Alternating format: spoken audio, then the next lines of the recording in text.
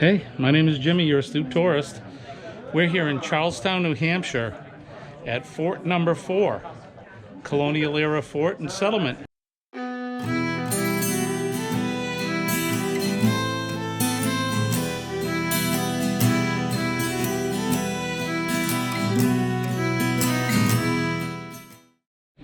So we're at Fort Number 4.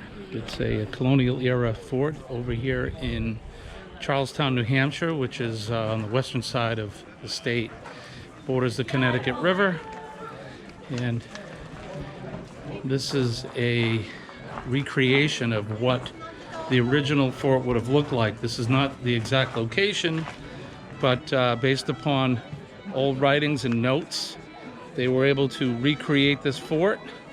And this weekend we're here for a Revolutionary War reenactment. It's their Revolutionary War weekend, and they have an encampment, as you can see right here.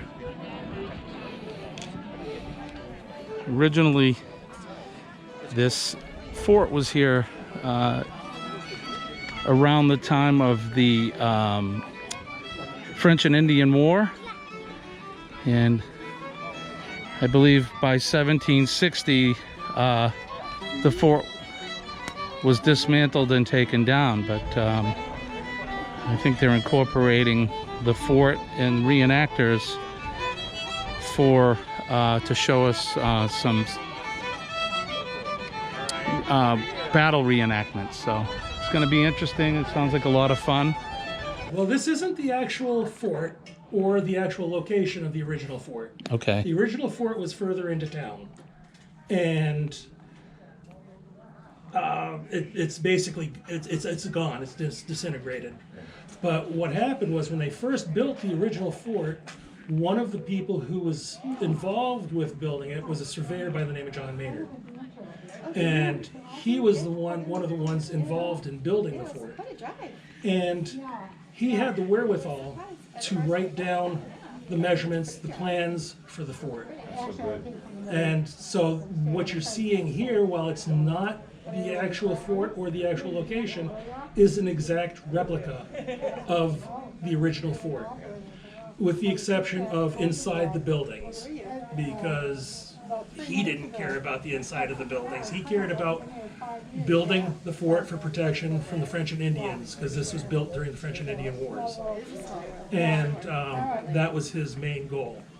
So pretty much everything you see except for this would have probably been like a single person door, a regular doorway, because the main entrance was down there at that gate. South gate.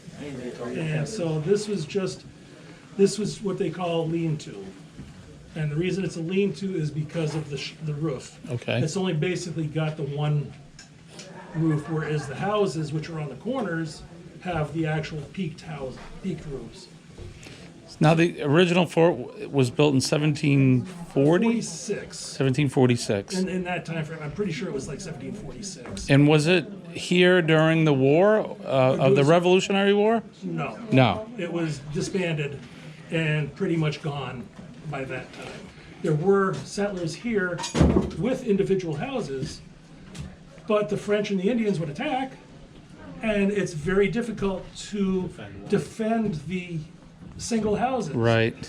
So that's why they petitioned the king and the government, the British government, because we're still under British rule, and we're still loyalists.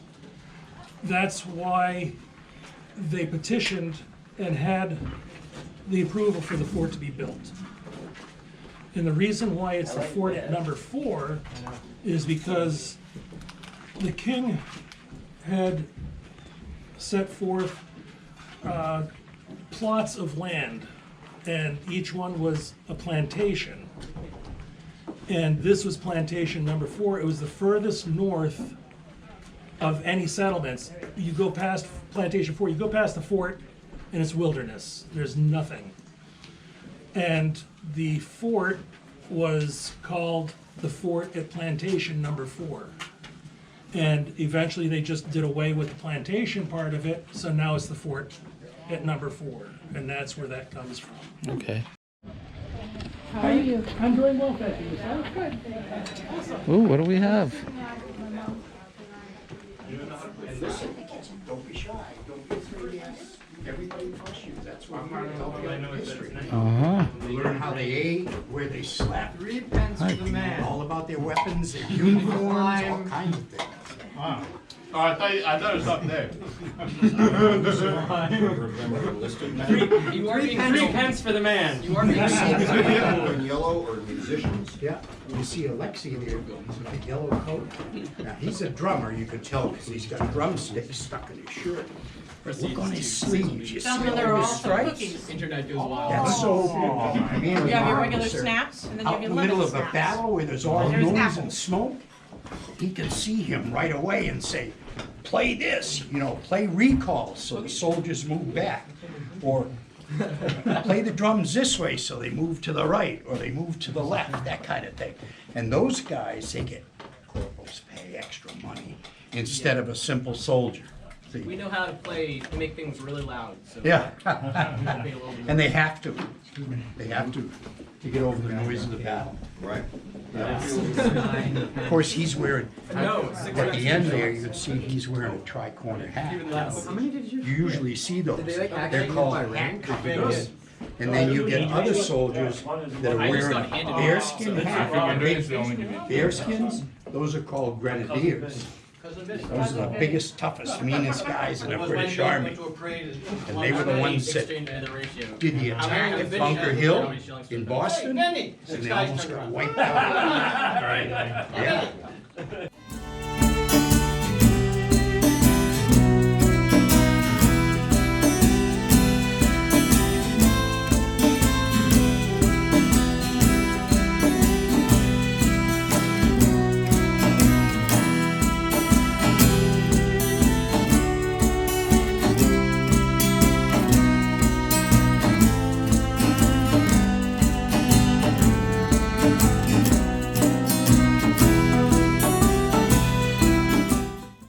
They stress historical accuracy, correct Not uniforms. self-incriminating. We have British officers that come here every year and inspect us to make sure that it's the correct material for those uniform coats and the stripes and everything else we do in the kitchen light.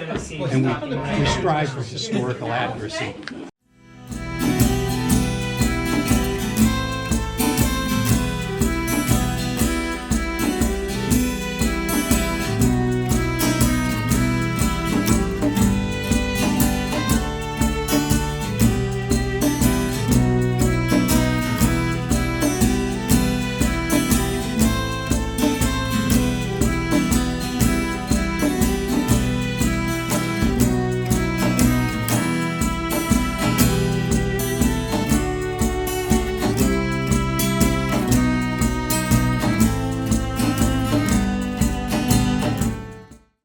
Hello. Hi there. How are you? Good. Very well today. Getting ready for the battle? Aye, we be going to give 'em hell too. Huh, excellent. Hell and perdition. It's quite the cannon. It's a light 3-pounder. It's a Verbrugen style barrel. It's cast iron and it's got a steel sleeve insert for safety standards now for today. It's a reproduction. I think this one was cast in 1990 or so. It's a steel sleeve Yep. right there. Yep. A steel sleeve. So the original would have been just all cast iron? Yeah, all cast iron, yeah. That sounds a little sketchy. When they poured it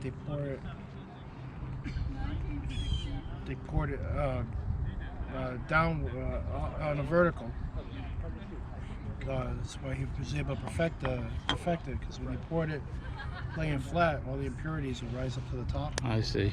and would blow up top side, I'd say. Not Yeah. good, right? No, that's right. Now will you Generally cast muzzle up, I Yeah, gather. yeah. Cascabel down. Yes. be firing this today? Yes. Yeah. Not live, but yeah, we do 3 ounces of what we call blasting powder. It's coarse like cat litter, a little coarser than cat litter. And we do 3 ounces, just enough to get a good bang. Get the point across. Yeah, exactly. Yeah. Yeah. Awesome. Well, great. It's set on what's known as a butterfly carriage, because going down the field, it kind of looks like a butterfly in flight if you're running with it. It's meant to come apart, so the barrel will come off, the boxes will come off, and the wheels will come off. So if they encounter a river, a stream, or any type of wall or fencing or anything like that, take it down to piece it over, or maybe use a high line to set up. We had a high line set up down in the place down in Massachusetts. We did a high line event. We just set it up and just brought the pieces across. It was, Cool. Maybe 100 feet or so. We picked everything up and across. Very Just cool. to show the effect of what they would have to do. Yep. Yeah. Now, not pulled by horses, but pulled by men, right? Yes, sir. When it's on the field? Yeah. Yeah. 2 men would hook up in the front on the hooks on the axle. Another man would be on the back steering it by the tiller.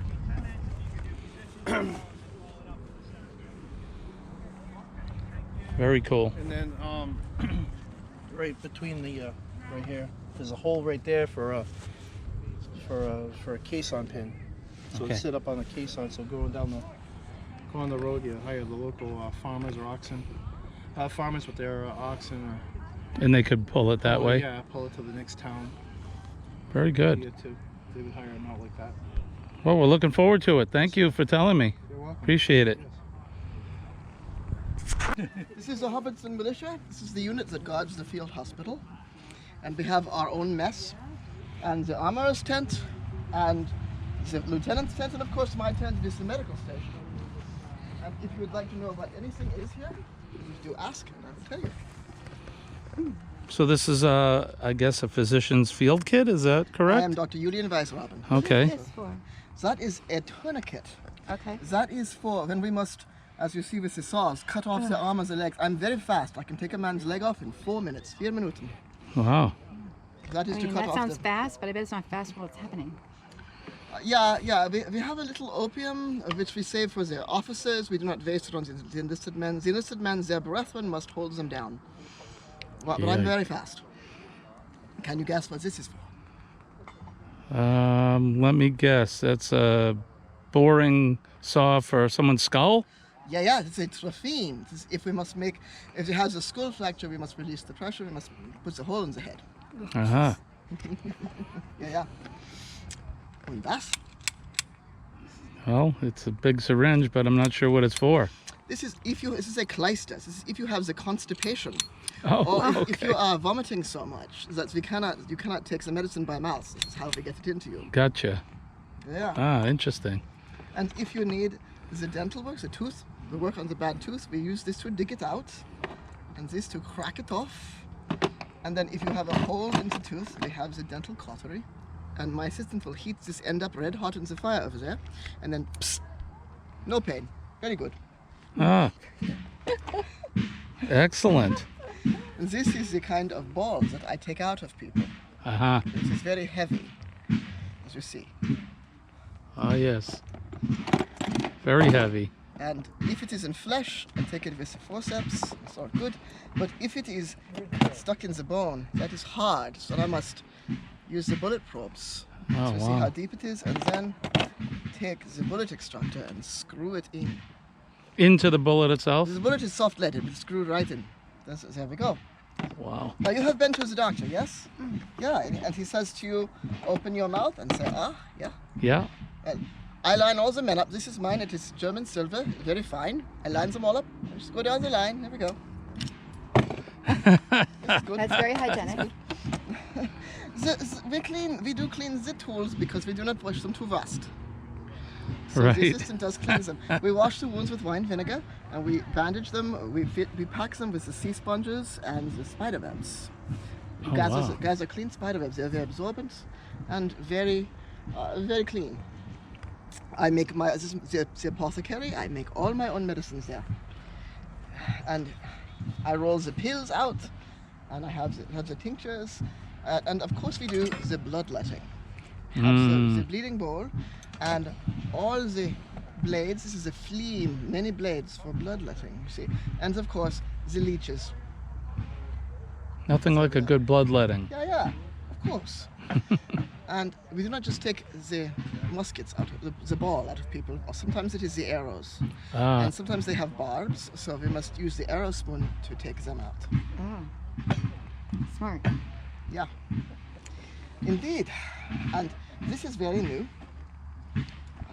The smallpox has been endemic in these encampments, and so General Washington has said that everyone must be inoculated. This is very new.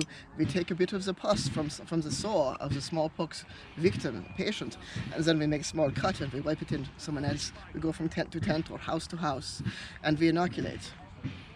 And so the whole army is getting inoculated. Wow. Very new. That's how they inoculate. Yeah. John Adams had his whole family inoculated, and then people were not so afraid because they lived. And this is also very new. This is a microscope, and the slides, they are made of mica.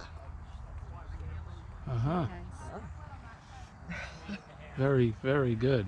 Yeah, so if you have any other questions? Use sugar as part of the for your medicine? Sugar and nutmeg be great into the medicine. The medicine tastes foul because it is medicine. Medicine is not supposed to be good, but sometimes we put the sugar or the nutmeg in to make them taste not quite so bad.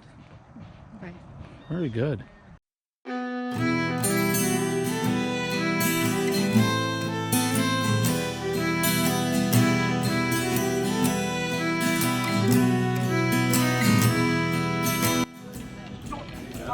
Premier on Avon. Marsh. Oh. I take it you're from Scotland, is that right? We are. Sent over by King George to try to bolster the garrison over here against rebellious colonists. Aha. Those rebellious colonists.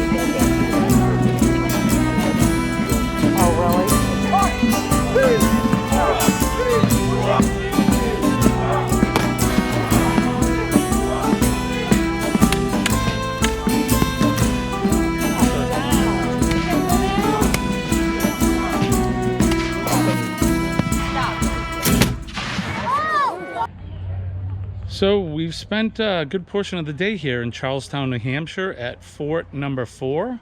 It's a colonial era fort and settlement. A lot of reenactors. We got to see a battle, which was really cool. I really like that. We've learned a lot about life in the 18th century. We saw some cooking and how they make textiles and linen to make their clothing. They dye the colors. Yeah, how they make dye the colors. We saw a field surgeon. We talked to some soldiers. We also saw the doctor, the regular doctor in the settlement. Learned a lot from him as well. I had a great time. How about you? It was wonderful. So if any of you folks are interested in colonial era America, this would be a great place to come. I think it's a seasonal thing. It's open during the spring and summer months. We're into September now, but today was a special weekend. It's Revolutionary War reenactment here at the settlement, and it goes for 2 days, September 25th and 26th. Today is Saturday, so they have another one tomorrow. But it was a lot of fun. I'm glad we came. I am too. I learned a lot. So I think that's going to do it for us. I'm Jimmy. I'm Colleen. We'll see you later.